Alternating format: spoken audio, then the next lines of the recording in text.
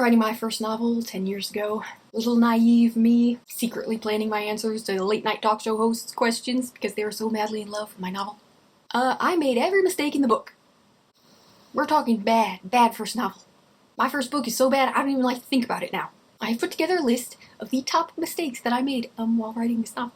The delusions I had about this novel while I was writing it. So, mind you, these are large-scale mistakes.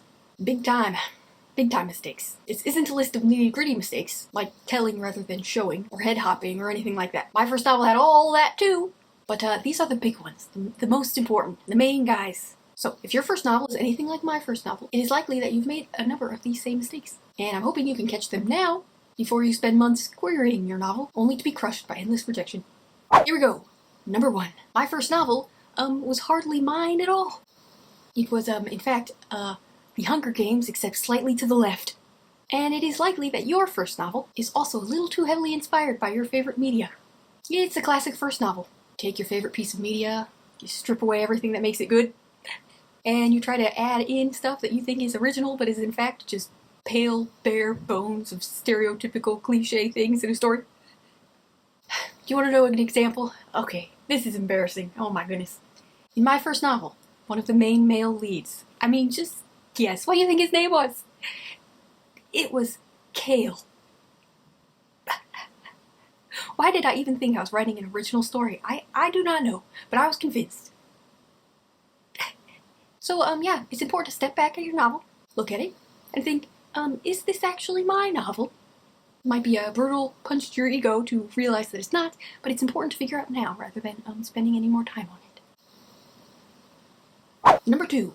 My characters did not do anything.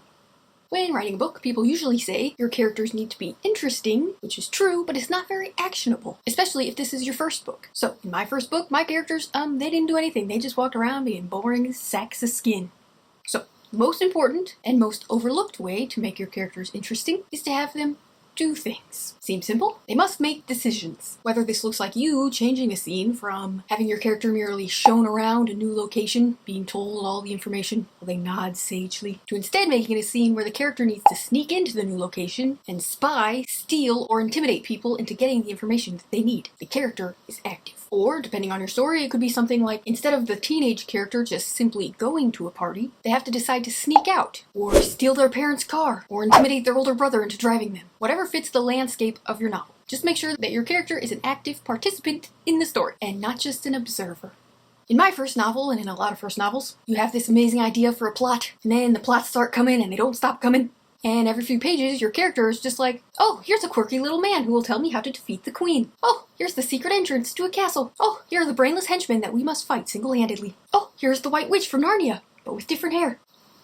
I know just how to defeat her. You might think that your character is interesting because they're in this awesome story, and their name is Patnis Everleen, and they've been trained in hand-to-hand combat since infancy, and they've never smiled once in their life. But in fact, that is not an interesting character. That is a caricature. And people aren't interested in reading about caricatures unless you are writing satire, in which case, carry on. Number 3, my characters did not make any sense.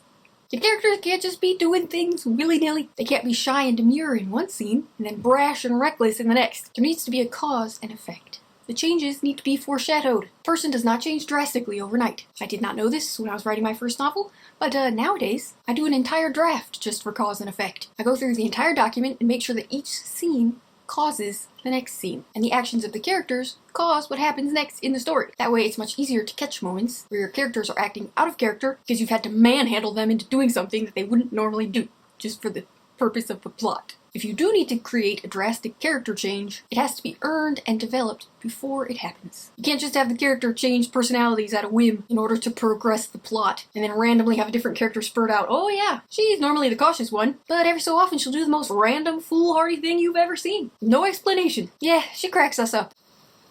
That is a character that makes no sense. Mistake number 4. This is a big one. It's a tough one to learn too.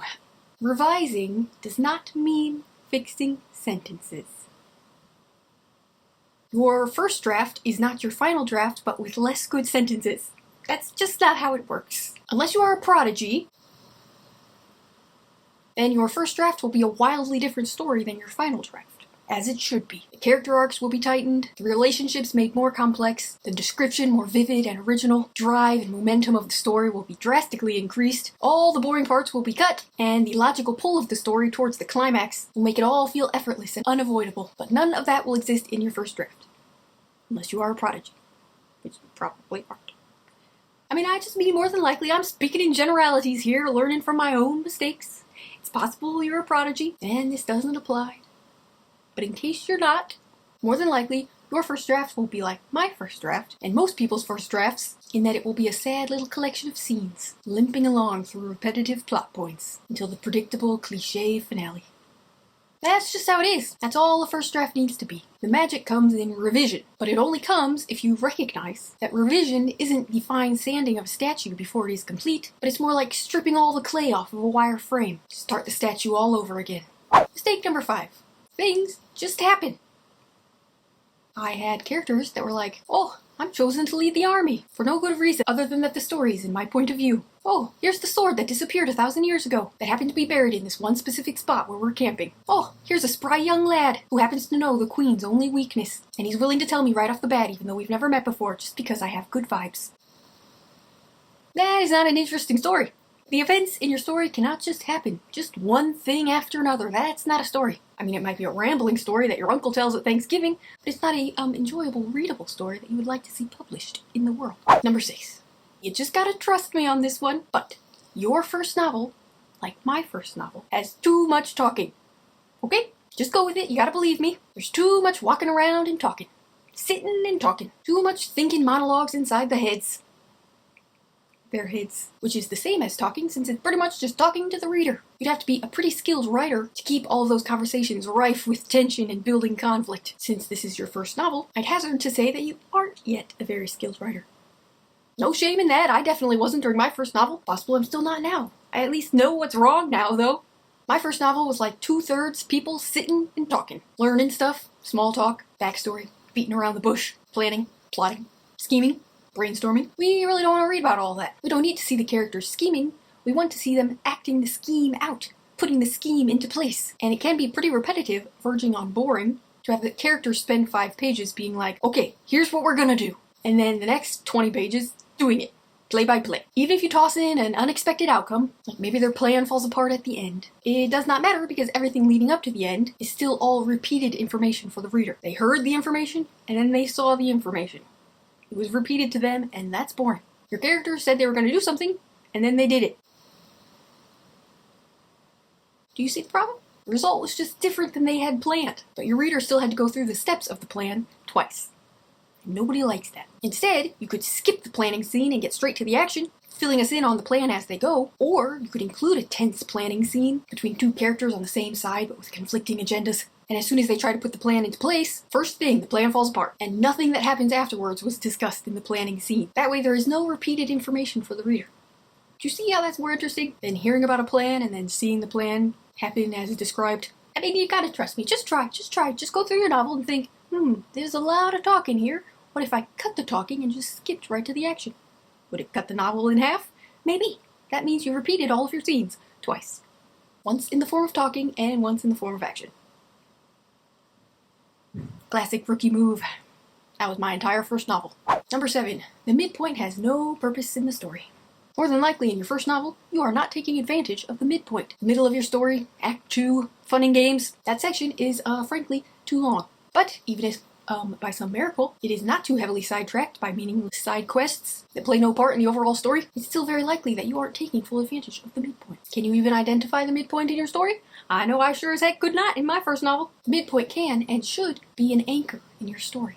A lighthouse on a gray, foggy sea, a closer goal to aim for than the novel's climax, and in fact, the midpoint often acts as an earlier, separate climax, where the tension builds and then crescendos, and the story is forced in a new direction. That will keep your reader engaged, rather than just spending the middle 50% of your novel by walking around and talking, or completing one menial task after another. The midpoint, wham bam, suddenly the characters are forced in a whole new, more difficult path. See, that's an interesting story.